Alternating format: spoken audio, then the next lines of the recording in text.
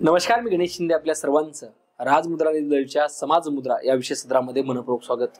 सध्या विधानसभेची रणधुमाळी चालू आहे आणि आज आम्ही आलो आहोत बिलोली विधानसभा मतदारसंघात.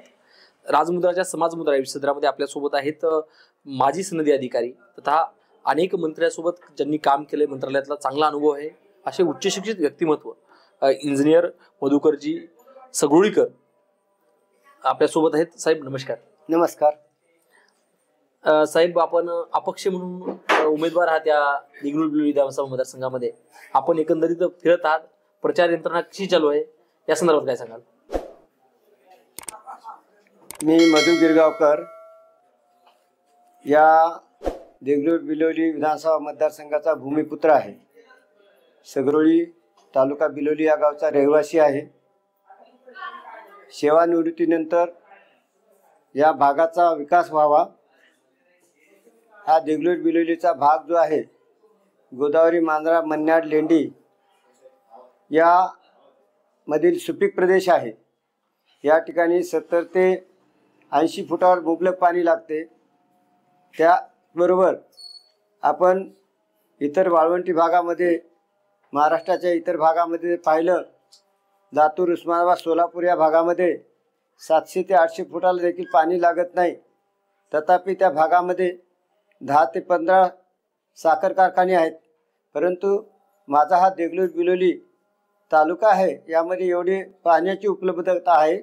सुपीक जमीन असून सुद्धा एकही कारखाना नाही.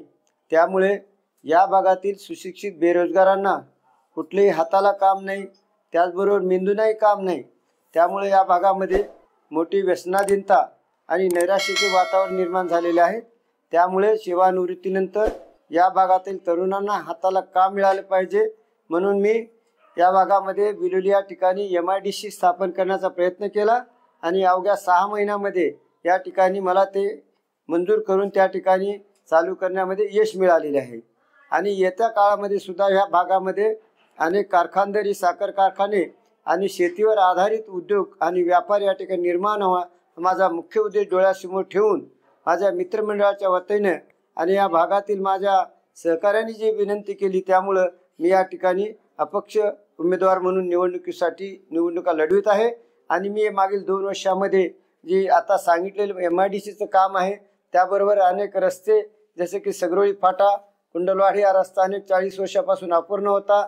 त्याचबरोबर माझ्या कैलासवासी गंगारामजी गिरगावकर सामाजिक संस्थेच्या माध्यमातून अनेक समाजोपयोगी कामे, मुख्यमंत्री सहायता निधीच्या माध्यमातून अनेकांना जे अत्यंत बिकट असे शस्त्रक्रिया होते ते झालेले आहेत, त्यांना जीवनदान देण्याचं हे काम मी केलेलं आहे. हे काम मी जे केलेलं आहे ती मी माझ्या भागाची कृतज्ञता म्हणून, माझा छंद म्हणून किंवा सेवा म्हणून केलेली. मी यामध्ये कुठलेही याच्यामध्ये माझी त्याला उपकाराची किंवा कुठल्या प्रकारची भावना नाही. आणि हे मी जे आता निवडणुकीला उभा टाकलेला आहे, या भागातील माझ्या बांधवांचे, तरुणांचे आणि सगळ्यांचे विकास व्हावा ही माझी सेवेची भावना आहे. आणि माझ्या केलेल्या कामाचा माझे पाहून मला नक्कीच या भागातील जनता हे मला आशीर्वाद देतील आणि त्यामधून मी माझा विजयी होईल याची मला निश्चित खात्री आहे. नक्कीच साहेब, बोलताना सांगितलात की सेवानिवृत्ती झाल्यानंतर लागलीच मी कामाला लागलो, सामाजिक संस्थेच्या माध्यमातूनही कामं केलात आणि बाकीच्या ज्या काही तुमच्या माध्यमातून कामं होतं. MIDC सध्या रोजगाराचा प्रश्न मराठवाड्यात फार मोठा आहे आणि विशेष म्हणजे या मतदारसंघात फार मोठा आहे. त्यासोबत साहेब काय असतं की बोलताना म्हटलं जातं की बरं चांगल्या माणसानं राजकारण द्यावं, परंतु असं काही होत नाही. आणि एकंदरीत तुम्ही राजकारणामध्ये आलात, चांगली माणसं आलात, तर ह्या सगळ्या गोष्टी पाहताना एक तुमची सामाजिक आणि शैक्षणिक जी वाटचाल जी झाली सुरुवातीपासूनची, ही आम्हाला ऐकायला चांगली वाटली. नेमकं काय, कशी होती? निश्चितपणे सगळेच बोलले जाते की निवडणुका लढविणे हे सर्वसाधारणपणे माझ्यासारख्या सामंजस्य आणि शांत स्वभावाच्या माणसाचं हे काम नाही आहे. परंतु आता या ठिकाणी जे निवडणूक लढवत आहेत ते जे उमेदवार आहेत हे सोन्याचा चमचा घेऊन जन्माला आलेले आहेत आणि मी मात्र बूट पॉलिश घेऊन जन्माला आले आहे. लहानपणापासून माझे आईवडील सुद्धा कष्ट कामगार केलेले आहेत. जुने जोडे शिवणे, बूट पॉलिश करणे हे कामं केलेले आहेत. मी देखील बूट पॉलिश करून या पंचक्रोशीमध्ये शिक्षण केलेले आहे. मराठवाडा बोर्डामध्ये 28व्या क्रमांकाने उत्तीर्ण झालेले. त्यानंतर पूर्ण मी मेरिटमध्येच काम केलेलं आहे आणि मेरिटमध्येच सदाभाऊ खोत गुलाबराव पाटील साहेब यासारख्या धडाडीच्या आणि बुलंद तोफ असलेल्या या मंत्र्यांकडे मला विशेष कार्य अधिकारी म्हणून सेवा करण्याची संधी त्यांनी मला उपलब्ध करून दिलेली आहे। आणि एकंदरीत जर पाहिलं तर माझं जीवन हे पूर्ण संघर्षमय गेलेलं आहे। संघर्ष हे माझ्या पाचवीला पुजलेलं आहे। मला कुठली गोष्ट सहजासहजी मिळाली नाही, म्हणून मला संघर्ष करणे हे काही नाविन्याचं नाही आहे आणि संघर्षामधूनच आनंद घेणारा मी व्यक्ती आहे। म्हणून या भागासाठी जे कोणी आता निवडणुकीला उभा टाकलेले आहेत ते आमदार पुत्र आहेत। जर तसातून पाहिलं तर आता सुभाष साबणे साहेब जे आमदार उभा टाकलेले आहेत यापूर्वी देखील 14 ते 19 या कालामध्ये निवडून दिलेले आहेत, पण इतिहासामध्ये नोंद घ्यावी अशा पद्धतीचं कुठलंही काम त्यांच्याकडून या मतदारसंघामध्ये झालेलं नाही। त्यानंतर 19 ते 24 या कालावधीमध्ये देखील ते जरी निवडणुकीमध्ये पराभूत झालेले असतील तरी ते महाविकास आघाडीमधून निवडणुकीला उभे होते आणि महाविकास आघाडीचं सरकार होतं, त्यामुळे देखील एक मोठं त्यांना चांगलं काम या मतदारसंघामध्ये करण्याची त्याला संधी होती। असं जर पाहिलं तर 9 पासून या 24 पर्यंत जवळ 15 वर्षाचा एक मोठा तप, एक पिढी मला तर वाटते एक विकासाची चांगली संधी यांना होती, या भागाने गमावलेली आहे असं मला दिसून येते। आणि हेच जर पुन्हा यापुढे जर या पद्धतीनं आजी आणि माजी आमदार सातत्याने उभा टाकून जनतेची जर दिशाभूल करत असतील तर माझ्या या मतदारसंघामध्ये पुन्हा एकदा नैराश्याचे वातावरण आणि कुठलाही विकासाचा एक दृष्टिक्षम भविष्यामध्ये होईल असं दिसत नाही। या माझ्या जडणघडणीमध्ये माझ्या मित्रांचा आणि या भागातील दानशूर व्यक्तींच्या, माझ्या सगरुळी गावातील शिक्षण महर्षी कर्मवीर बाबासाहेब देशमुख या सर्वांचा सिंहाचा वाटा आहे। त्याचबरोबर प्रामुख्याने जर वर्णन केले तर माझे बालमित्र आज जे माननीय मुख्यमंत्री एकनाथरावजी शिंदे साहेब यांचे खाजगी सचिव म्हणून काम करत आहेत, जे बालाजी पाटील खदगावकर, त्यांचं फार मोठा पाठबळ मला आहे। त्यांच्यामुळेच मी या ठिकाणी निवडणुकीसाठी निवडणूक लढण्यास समर्थपणे उभा आहे। जर कदाचित ते नसते तर मी या ठिकाणी दुबळेपणा माझ्यात निर्माण झाला असता, पण त्यांचा एक आशीर्वाद मला आहे आणि त्यांचं एक मला सामर्थ्य आहे, त्यामुळे निवडणूक लढवित आहे। त्यामुळे तुम्ही जे म्हणालात की प्रस्थापिताच्या विरुद्ध कुणीतरी संघर्ष केलाच पाहिजे, आम्ही संघर्ष करणं हे आमच्या आयुष्यामध्ये नवीन नाही। त्यामुळे येणाऱ्या विधानसभेच्या निवडणुकीमध्ये आम्ही संघर्षमय वातावरणामधून या ठिकाणी बालाजी पाटील खदगावकर हे देखील मुखेडमधून विधानसभेची निवडणूक लढवित आहेत। मी या देगलूर बिलोली या माझ्या कर्मभूमीमध्ये, मातृभूमीमध्ये निवडणूक लढवित आहे। मला या निश्चित खात्री आहे की जनता मला आशीर्वाद देतील। नक्कीच साहेब, तुम्ही अधिकारी होतात आणि असल्यामुळे तुम्ही बाहेर पडत होतात, परंतु तुम्ही आता बोलताना तुम्ही सांगितलं आजी आणि माझी हे प्रस्थापित राजकारणी आहेत आणि हे समोर असताना आपण ज्यावेळेस गावात जाता, प्रत्येक ग्रामीण भागामध्ये फिरत असता, प्रत्येकांना भेटत असता, त्यावेळेस नेमका लोकांच्या प्रतिक्रिया काय आहेत, म्हणजे काय सांगत आहेत लोक? मी 2 वर्षापासून कामाला सुरुवात केलेली आहे। कामाची सुरुवात माझी जी झालेली आहे, मी 2023 मध्ये सेवानिवृत्त झाल्यानंतर जूनमध्ये मोठ्या प्रमाणात अतिवृष्टी झाली, त्यामुळे अनेक गावांना पुराच्या पाण्याने ओढलेले होते। अनेकाच्या घरामध्ये पाऊस गेलेला होता, अनेकाच्या चुली बंद पडलेल्या होत्या, अनेकाचे घरे बंद पडलेले होते। त्यावेळेस मी जवळपास सगळ्या गावांना भेटी दिल्या आणि त्यांना तातडीने मदत कशी उपलब्ध करून देता येते। प्रत्येक म्हणजे ज्यांचं घराची चूल बंद झालेली आहे, ज्यांच्या घरात पाणी झालेलं पूर्ण पडलेलं अशांना तातडीनं त्या ठिकाणी 10,000 रुपये शासनाकडून अनुदान उपलब्ध आहे। परंतु बऱ्याच शासकीय यंत्रणेमध्ये हे जिल्हा जो आहे टोकाचा असल्यामुळे तो GR इथं टोकापर्यंत पोहोचत नाही, म्हणून ह्या गोष्टीची माहिती नसते। मी शासन निर्णय हे मी या ठिकाणी सगळ्या जिथल्या स्थानिक अधिकाऱ्यांना दाखवलं आणि त्या अनुषंगाने तातडीची मदत जी आहे त्या ठिकाणी उपलब्ध करून दिलेली आहे। त्यापासून मी आज कंटिन्यू जवळपास 1.5-2 वर्षापासून यामध्ये सेवेत आहे आणि मला शासकीय कामाचा अनुभव आहे। मी जरी इंजिनियर, मुख्य अभियंता पदापर्यंत काम केलेलं आहे, तरी परंतु मंत्रालयात काम करत असल्यामुळं महाराष्ट्र शासनाच्या जितक्या काही योजना आहेत त्या सर्वच योजनांचा चांगल्या प्रकारे अभ्यास आहे। प्रत्येकाच्या अडचणी स्थानिक पातळीवर अतिशय छोट्या असतात, MSCBच्या असतील, पोलीस स्टेशनच्या, पंचायत समितीच्या, तहसीलच्या असतील, वाजवी असतात आणि नियमाला दारून असतात, पण त्याचा पाठपुरावा कोणी तर केलं पाहिजे आणि ती बाब नियमात कशी बसते हे जर समजावून सांगितलं तर नियमात सोडतात आणि मला अनुभव आलेले आहे की किमान माझ्याकडे दररोज जर कोणी 20 प्रश्न घेऊन आलेले असतील त्यांच्या 15 प्रश्नाचं मी तातडीने निवारण केलेले आहे. म्हणून मला वास्तविक पाहता निवडणुकीला उभा टाकण्याची मुळीच इच्छा नव्हती, परंतु माझं हे काम पाहून माझ्या मित्रमंडळींनी जे पक्षाचं आधी पक्षाकडून उमेदवारी मिळावी यासाठी माझ्या मित्रांनी आग्रह केला, पण त्याला यश आले नाही. तरी परंतु सर्व मित्रमंडळांनी पुन्हा आग्रह केलेला आहे की तुम्ही निवडणुकीला उभा टाका. आणि त्यातून आता मी मित्रमंडळीच्या माझ्या समर्थनामुळे त्यांच्या सहाय्यामुळं मला निवडणूक लढविण्याचं मला हत्तीचं बळ मला या ठिकाणी निर्माण झालेलं आहे. आणि त्या बळाच्या आधारावर मी सर्व गावात जात असताना अतिशय चांगल्या पद्धतीनं मला जोरदार स्वागत ग्रामीण भागामधून शहरी भागामधून मिळत आहे. आणि त्या ठिकाणी निश्चितपणे काही जणांना मला माहीत आहे आणि तुम्हाला माहिती आहे की साहजिक आहे, प्रत्येकाला काही जणाला की पक्षाचे बंधन आहेत, ते समोर येऊ शकत नाहीत थेटपणे. परंतु मी काम करत असताना मी नुकताच आता मागच्या महिन्यात 29 तारखेला मी शिवसेना शिंदे गटामध्ये प्रवेश केलेला आहे. परंतु त्यापूर्वी मी कुठल्याही पक्षात काम करत नव्हतो, सर्वसाधारणपणे समाजसेवा म्हणून करत असतो. हे करत असताना कुठल्याही व्यक्तीचं कुठला पक्ष आहे विचारात न घेता सगळ्यांचेच कामं केलेले आहे, सगळ्याच पक्षातील लोकांचं काम केलेलं आहे. सगळ्यांचं म्हणजे हा माझा तालुका आहे, माझा मतदारसंघ हे आहे. प्रत्येक व्यक्ती चांगला झाला पाहिजे, त्याच्यामध्ये कुठलाही पक्षपात न ठेवता मी मदत करण्याचा प्रयत्न केलेला आहे. त्यामुळं गावात गेल्यानंतर सर्वच पक्षातील पदाधिकाऱ्याकडून अधिकाऱ्याकडून हे माझं जोरदार स्वागत केले जाते.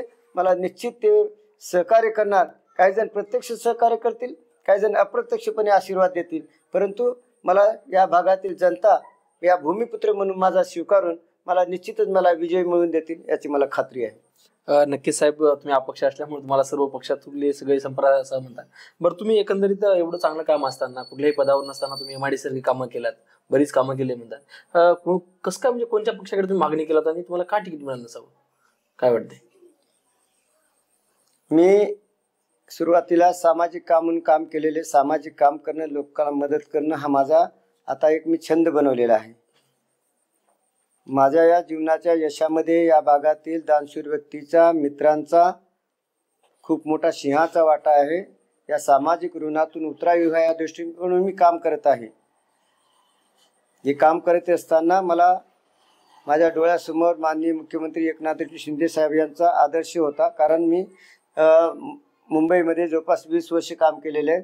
भिवंडी महानगरपालिका, उल्हासनगर महानगरपालिका, वसई विरार महापालिका अशा मोठ्या महापालिकेमध्ये, अडचणीच्या महापालिकेमध्ये मी काम केलेले आहे. आणि त्यावेळेस माननीय मुख्यमंत्री महोदय एकनाथ शिंदे साहेब यांचा जवळून संबंध आला आणि त्यांचे काम करण्याची पद्धत, गोरगरिबांना करायची मदत आणि त्याबद्दल असलेली त्यांची संवेदनशीलता, एखादं काम जर नियमात बसत नसेल तर त्यांना खाजगी स्वरूपाची मदत करून त्यांचा प्रश्न तातडीने निकालात लागण्याची त्यांची जी धडाडीची वृत्ती आहे, हे मला माझ्या डोळ्यासमोर आदर्श होता. म्हणून मी युतीमधून म्हणजे एकनाथ शिंदे साहेबांच्या शिवसेना गटामध्ये प्रवेश करण्याची मी विनंती केली आणि त्यांनी मान्य करून मला त्यामध्ये प्रवेश दिला. आणि हा मतदारसंघ परंपरागत पद्धतीने 1900 महायुती जेव्हापासून स्थापन झाली तेव्हापासून हा शिवसेनेचाच म्हणजे महायुतीमध्ये शिवसेनेचीच या ठिकाणी उमेदवारी दिलेली आहे. त्यामुळे मला शिवसेनेकडून या ठिकाणी उमेदवारी मिळेल याची निश्चित खात्री होती. परंतु मला उमेदवारी का मिळाली नाही हे सर्व जनतेलाही माहीत आहे, आपल्यालाही माहीत आहे. त्याच्यामुळे याच्यामध्ये सविस्तर विश्लेषण करणं मला उचित वाटत नाही. हे सगळं सर्व जनता जाणते, परंतु त्याच्यात न जाणता मी केलेलं कार्य आणि पुढे करणार असलेले कार्य याचा विचार करून मला जनता निश्चित आशीर्वाद देईल याची मला खात्री आहे. नक्की साहेब, आपण पाहिलं की या मतदारसंघामध्ये अनेक वेळा बरेच आमदार होऊन गेले या मतदारसंघात. तरी पण या मतदारसंघातलं जे काही सगळ्यात महत्वाचं म्हणजे बेरोजगारी आहे. आज युवकांच्या हाताला काम नाही. युवकांच्या हाताला काम नसल्यामुळे प्रचंड व्यसनाधीन युवक होत आहेत. आणि सगळं होत असताना तुम्ही जे काही कुठल्याही पदावर नसताना, म्हणजे लोकप्रतिनिधी नसताना, राजकीय कुठल्या ह्याच्यावर नसताना तुम्ही जी सामाजिक जी काय कामं केली, MIDC बरेच जी काही कामं केली, ही नेमकी कशी कामं करता आली आपल्याला? तुम्ही जे सांगितलेले आहे, बिलोली विधानसभामधून अनेक चांगले मंडळी, नेते, आदर्श राज्यकर्ते या ठिकाणी आमदार झालेले आहेत. योगायोगानं आज आपण ज्या ठिकाणी बसलेले आहेत हे कैलासवासी माजी आमदार आदरणीय जयरामजी आंबेकर यांचं घर आहे. एवढाच गोष्ट मला खूप आनंद वाटते की या ठिकाणी बसून मला आपल्या प्रश्नाचं उत्तर देण्यासाठी. त्यांचा एक फार मोठा आदर्श या बिलोली तालुक्यामध्ये आहे. त्यांनी या ठिकाणी जी सूतगिरणी निर्माण केली, या ठिकाणी तेलगिरणी सहकारी संस्था निर्माण केली, सहकारी पाईपलाईनचा कारखाना काढला, तो एकेकाळी महाराष्ट्रामधले सगळ्यात चांगलं सहकारी संस्था म्हणून हे निर्माण झालेलं होतं. त्यांनी या भागाचा कायापालट करण्यासाठी खूप आतोनात प्रयत्न केलेला आहे. त्यांचा आदर्श हा माझ्या डोळ्यासमोर आहे. त्यानंतर आदरणीय गंगाधररावजी पटणे यांनी देखील खूप चांगलं करण्याचा प्रयत्न केलेला आहे. चांगले त्यांचा आदर्श डोळ्यासमोर आहे, समाजवादी विचारसरणीचे आहेत. आणि त्याचबरोबर नंतर झालेले आमदार या ठिकाणी भास्कररावजी पाटील खतगावकर अनेक वर्ष या ठिकाणी आमदार होते. त्यांनी चांगलं काम केलेले होते. बळवंतरावजी पाटील, त्यानंतर गंगाधररावजी कुटणुकर यासारखे आदर्श व्यक्तिमत्व, एक वैचारिक ठेवा असलेले, समाजाचा समोर आदर्श असणारे व्यक्तिमत्व या विधानसभेला मिळालेले आहेत. परंतु गेल्या मागील 15 वर्षापासून जे या ठिकाणी राखीव मतदारसंघ झाल्यानंतर मात्र या ठिकाणी मला खेदाने वाटते की आपला ह्या भागाचा विकासाचा गाडा जो आहे मागे सरकत आहे. या ठिकाणी प्रामुख्याने अंतापूरकर साहेबांनी, ते पण सनदी अधिकारी ज्युनियर इंजिनियर शाखा अभियंता पदावर होते, त्यांनी त्या पद्धतीने करण्याचा प्रयत्न केला. पण मला ती खंत वाटते ज्यांच्यामध्ये काम करण्याची जी कुवत होती, त्यांना जे थोडंफार माहिती ज्ञानही होते, ज्यांना आदर्श संसदपटू म्हणून स्वतः मिरवतात असे सुभाषरावजी साबणे साहेब यांची ओळख आणि मंत्रालयामध्ये चांगला ओळख असताना देखील त्यांची म्हणजे ते करू शकण्याची शक्ती त्यांच्यामध्ये आहे. परंतु मला माहीत नाही की ते या विधानसभा मतदारसंघाचा विकास का केलेला नाही.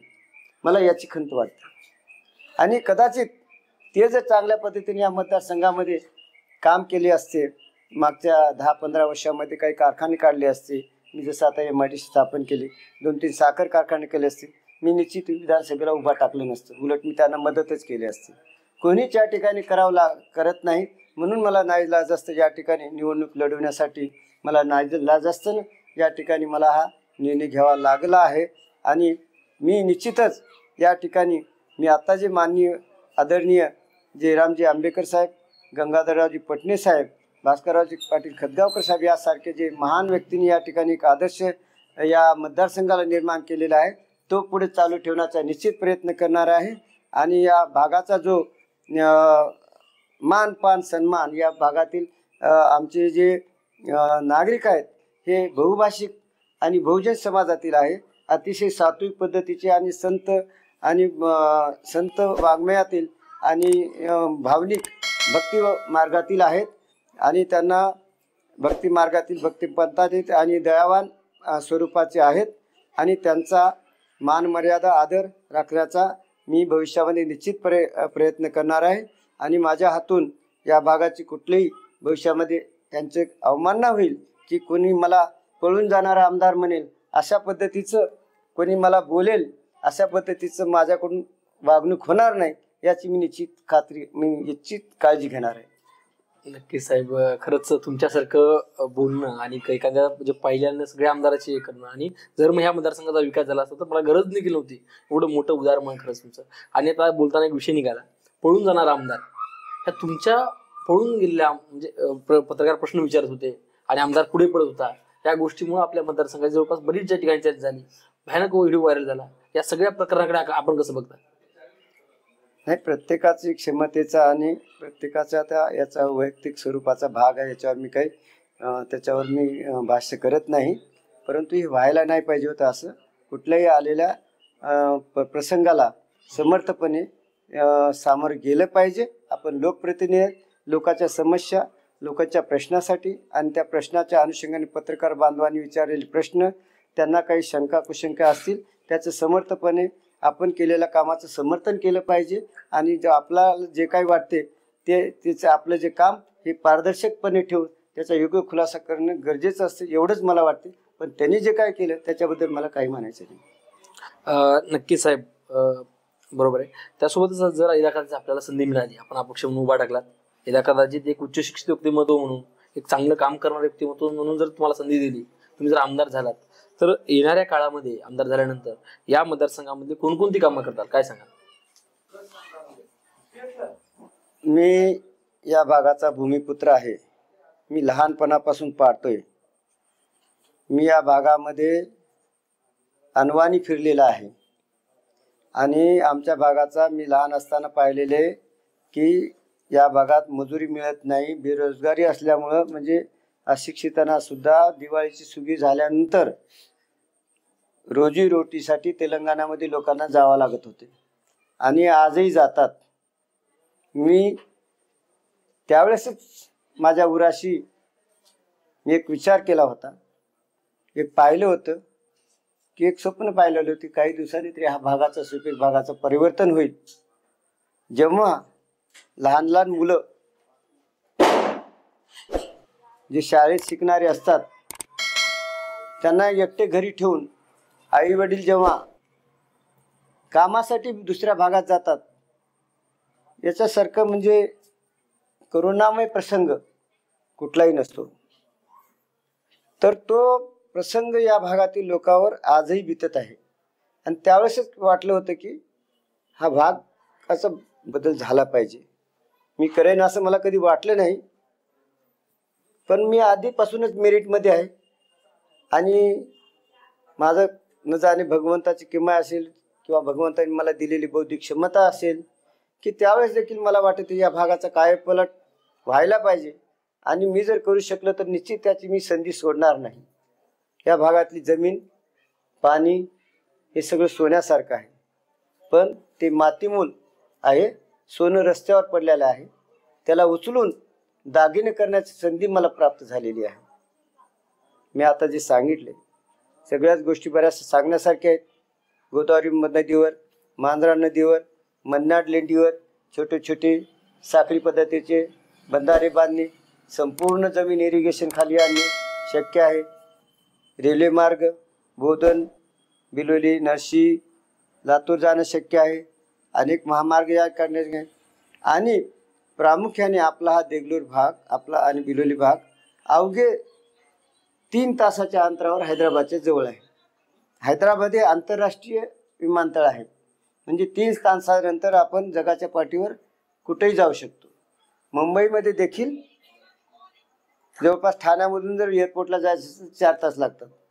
म्हणून मुंबईपेक्षाही या जवळचा भाग आम्हाला एअरपोर्ट आहे. एक आंतरराष्ट्रीय स्तरावरचा हा भाग आहे आणि सुपीक जमीन आहे. या ठिकाणी शेतीला पूरक असलेले उद्योग, व्यवसाय, पशुपालन, शेतीवर आधारित उद्योग, प्रक्रिया करणारे उद्योग, वेअर हाऊसेस, अनेक गोष्टी करण्याची या ठिकाणी खूप हे आहे. आणि हे जर केल्यानंतर मला वाटते माझा हा मतदारसंघ पश्चिम महाराष्ट्रामधील बारामतीपेक्षाही चांगला होईल याची मला निश्चित खात्री आहे. आणि मी जरी ग्रामीण भागातून मागासवर्गीय एका चर्मकारच्या बूट पॉलिश करून जन्माला जरी आलेलो असलो तरी माझं नेहमी मेरिट राहिलेलं आहे. आणि मेरिटमध्ये विचार करून मी जर आमदार झालो तर माझा मतदारसंघ या महाराष्ट्रामध्ये आदर्श कसा राहील, नंबर 1 कसा राहील, यासाठीच मी प्रयत्न करणार आहे. नक्कीच एक माजी सनदी अधिकारी असलेले साहेब म्हणतात की मला जर संधी मिळाली, जसं मी शालेय जीवन शिकत असताना ज्यावेळेस मेरिटमध्ये होतो त्याच प्रकारचा माझा मतदारसंघ हा मेरिटमध्ये विकासानं मेरिटमध्ये आणला असं देखील साहेब म्हणतात. खरं साहेब फार मोठं विजन आहे तुमचं. त्यासोबतच साहेब आपण आता पाहतोय की शेतकरीला सोयाबीनला भाव नसल्यामुळे शेतकरी नाराज आहेत, महागाई वाढली म्हणून नाराज आहेत. याचा फटका कुठंतरी महायुतीला बसेल असं वाटतंय. एकंदरीत याचा फायदा नेमकं महाविकासाकडला होईल का, नेमकं काय होईल असणार असं वाटतं आपल्याला? मी आदरणीय सदाभाऊ खोत साहेबाकडे 4 वर्ष OSD म्हणून काम केलेले आहे. मी पण शेतकरी पुत्र, कामगार पुत्र आहे. मला पण शेतकऱ्याच्या प्रश्नाची जाणीव आहे, परंतु शेतीवर सखोलपणे अभ्यास करण्याची संधी मला त्यावेळेस सदाभाऊ खोत साहेबाकडे असताना झालेली आहे. शेतकरी स्वतः मालाचं उत्पादन करत असताना त्यांना मुक्त बाजारामध्ये ती विकण्याची त्या ठिकाणी संधी नाही. एखादा साधारण पत्रा तयार, एखादी वस्तू तयार केली तर उद्योजकाला व्यापाराला ती मुक्त व्यापारामध्ये हवे त्या बाजार दराने त्याला विकण्याची परवानगी आहे. अशा अनेक गोष्टी शेतकऱ्यावर अन्यायकारक आहेत. त्यातून त्यावेळेस किमान भाजीपाला आणि फळं हे पणनमुक्त करण्याचं जे धोरण आहे त्यावेळेस मी सदाभाऊ खोत साहेबांकडे असताना झालेला होता. आणि त्यातून त्यावेळेस मी शेतकऱ्यांना जर शहरामध्ये एका सोसायटीमध्ये 400 फ्लॅट असतात, 4-25, 2-2 हजार त्या ठिकाणी नागरिक एका सोसायटीमध्ये राहतात. हे पणनमुक्त झाल्यानंतर मी उस्मानाबादकडचे असो, नगरकडचे असो, पुण्याकडचे असो शेतकरी आहेत त्यांना थेट त्यांच्या सोसायटीशी लिंकअप करून दिलेले होते की दररोज त्यांची एक गाडी भाजीपाला जर उस्मानाबादवरून आली, सोलापूरहून आली तर थेट त्या सोसायटीमध्ये विक्री व्हायची आणि परत जायची. अशा पद्धतीनं शेती करण्याचा मी त्या ठिकाणी प्रयत्न केलेला आहे.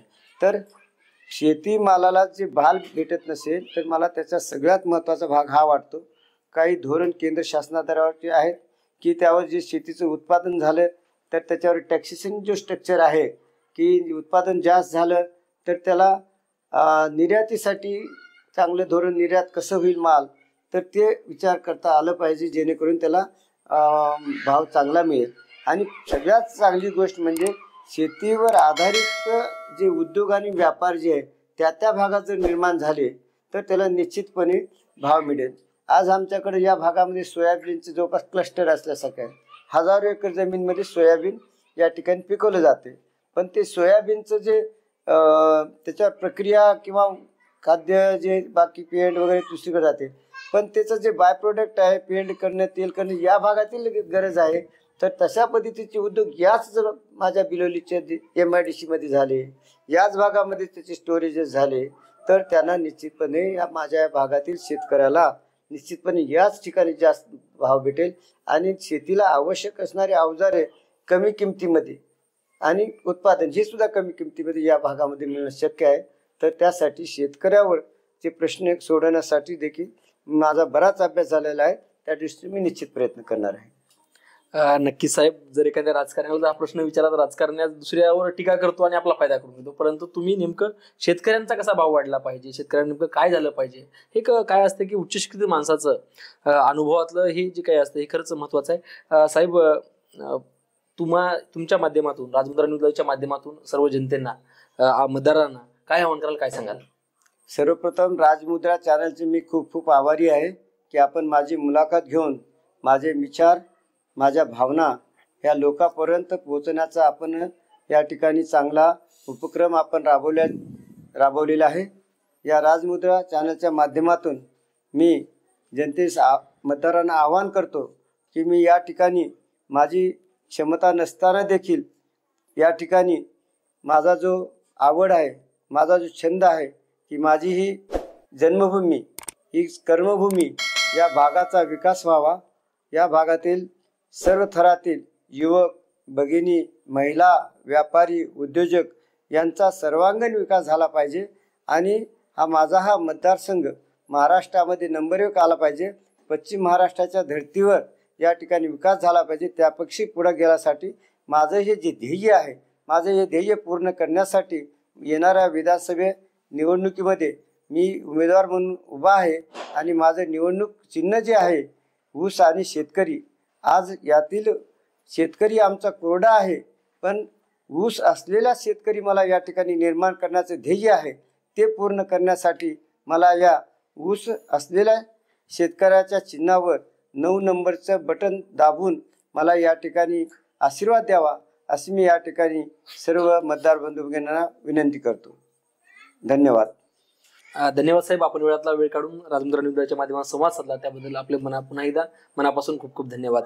हे होते देगलूर बिलोली विधानसभा मतदारसंघाचे अपक्ष उमेदवार इंजिनियर मधुकररावजी गिरगावकर सरांशी आपण समाजमुद्रा विस्तारामध्ये संवाद साधला. सरांचं जे आपण ध्येय धोरण बघितलं की माझा मतदारसंघ हा बारामती सारखा झाला पाहिजे, माझं चिन्ह ही ऊस घेऊन शेतकरी आहे, माझा शेतकरी हा समृद्ध झाला पाहिजे, आणि सगळ्या बाबीचा विकास झाला पाहिजे, हे सर्व धोरणं घेऊन सर निवडणुकीमध्ये उभा टाकलेले आहेत, जात आहेत. या संदर्भात आपले जरी काही प्रश्न असतील तुम्ही प्रश्न ते विचारू शकता. आम्ही नक्कीच सरांशी पुन्हा एकदा संवाद साधण्याचा प्रयत्न करूया. आणि राजमुद्रा न्यूज लाईव्हच्या माध्यमातून वेगवेगळे सत्र होतात, त्या संपूर्ण सत्र आणि विधानसभा मतदारसंघातील जे उमेदवार आहेत त्या उमेदवाराचं व्हिजन काय आहे या सगळ्या गोष्टी संदर्भात जाणून घेण्यासाठी आपण राजमुद्रा न्यूज लाईव्ह पाहत राहा. धन्यवाद.